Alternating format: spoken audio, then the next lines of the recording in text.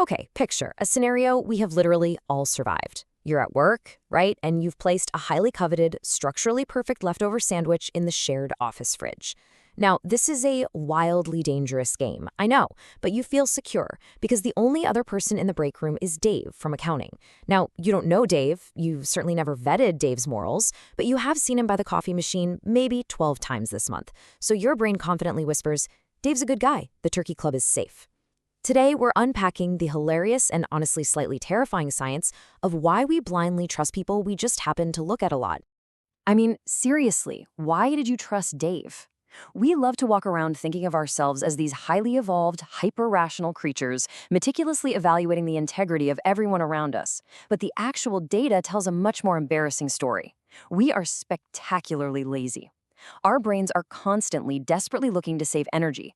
And in the total absence of actual data about Dave's character, your brain just panics and grabs whatever information happens to be lying around. It turns out, that brain of yours is a catastrophically lazy shortcut. When you look at Dave, you aren't running some complex background check. You are literally equating the thought, hey, I've seen this face at the water cooler, with the conclusion, this person possesses high moral integrity, which, if you think about it, makes absolutely zero logical sense. A hallway nod does not immunize your sandwich. But without your permission, your brain is running this glitchy algorithm that wires repetition directly to safety. And if you're sitting there thinking you're at least taking your time to carefully mull over these deep character judgments, well, think again. According to foundational research, it takes your brain exactly 100 milliseconds to form a firm impression of someone's trustworthiness just from glancing at their face. 100 milliseconds. That is literally faster than you can blink. We are out here deciding if someone is a lifelong friend or a sandwich thief before we've even consciously registered if they have eyebrows.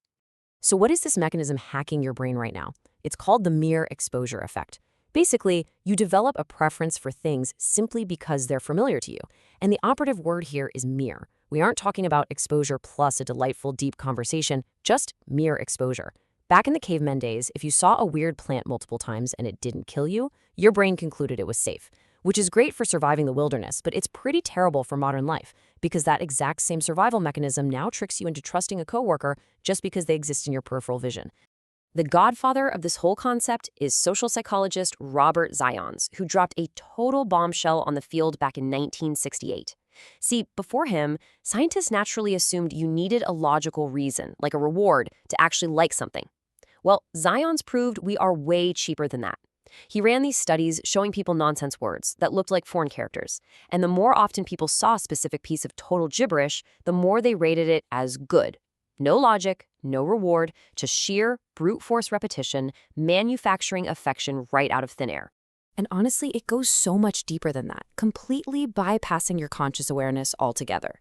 In 1980, there was this wild experiment where researchers flashed abstract shapes at participants for 1/1000th of a second. That is way too fast for the conscious mind to catch. Later on, they asked the participants which shapes they recognized. Total failure, obviously. It was a complete guessing game. But when asked which shapes they preferred, boom, participants reliably chose the exact shapes that had been subliminally flashed at them. We literally prefer things we don't even remember ever seeing. The secret engine running this whole glitch is something called processing fluency. Think of it like this. Every time your visual cortex processes Dave's face, the neurons grease the wheels. So the second encounter is just a little bit easier for your brain to handle. This processing ease creates a very faint, vague feeling of smoothness. But your wet sponge of a brain totally mislabels this feeling. Instead of saying, visual data processed efficiently, your brain goes, ooh, this feels easy. Easy is safe, safe is good. You are straight up mistaking the slickness of repetition for actual moral goodness. Now, this cognitive glitch has a deeply mischievous twin. On one hand, we have the mere exposure effect, where familiarity makes your brain say, I like this. But then there's the illusory truth effect, where familiarity makes your brain say, this statement is a proven fact. And both of these run on the exact same cheap fuel, processing fluency. When you see or hear something repeatedly, it acts as a massive persuasion multiplier. It is simultaneously hacking our affection and our belief systems without us having to lift a single finger. Biologically speaking, this is essentially an amygdala hijack. Your amygdala is your brain's built-in threat detector. You see an unfamiliar or sketchy face, the amygdala spikes, red alert. But repeated exposure to a face without any bad consequences acts as a sort of neurochemical pacifier. It forces your baseline wariness down, which means your highly evolved threat detection system will just start ignoring actual red flags purely because the stimulus is familiar. Dave could be standing next to your car holding a literal crowbar, and your pacified amygdala will just whisper, "Hey, relax, it's just Dave." Now, when you take this out of the office break room and into the real world, you start to see who really weaponizes this biological glitch, and that is political campaigns. Just look at campaign posters, like the ones used by the FDP in Switzerland. Regardless of the actual politics involved, campaigns plaster these visuals absolutely everywhere. And why do they do that? Because relentlessly repeating their visuals on every single bus stop mechanically forces your brain to process their imagery more fluently. And your lazy brain blindly translates that visual fluency into, yeah, I like this candidate and I trust this message. But to really hack the system, you have to be clever about it.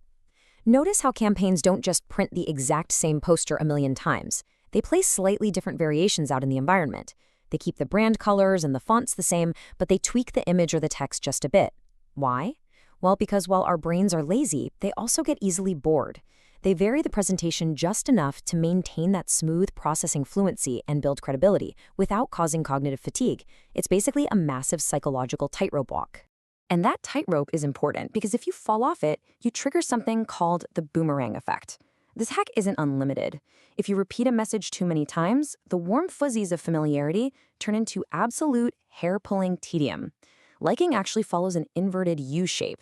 It climbs with moderate repetition, sure, but then it absolutely nosedives into annoyance.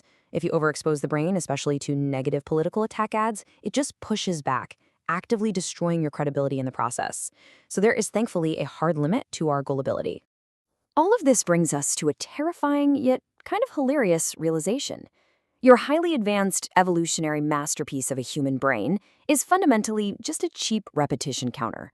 We strut around thinking we have this incredible, infallible gut instinct for who is trustworthy, but half the time our so-called intuition is literally just our visual cache checking to see how many times a particular set of facial features has been loaded into memory. High counter? Oh, must be a good guy. It is a wildly imperfect system driving almost every aspect of our lives. So I'm going to leave you with one slightly uncomfortable question. Who are you trusting right now, just because they're familiar? Take a look around. The brands in your house, the politicians on your ballot, the media personalities in your feed, and yes, even Dave lingering near your leftover sandwich. How much of your trust was actually earned through integrity, and how much was quietly, mechanically manufactured just by their sheer repetition in your life? It's definitely something to chew on the next time you feel a strong gut instinct about a familiar face.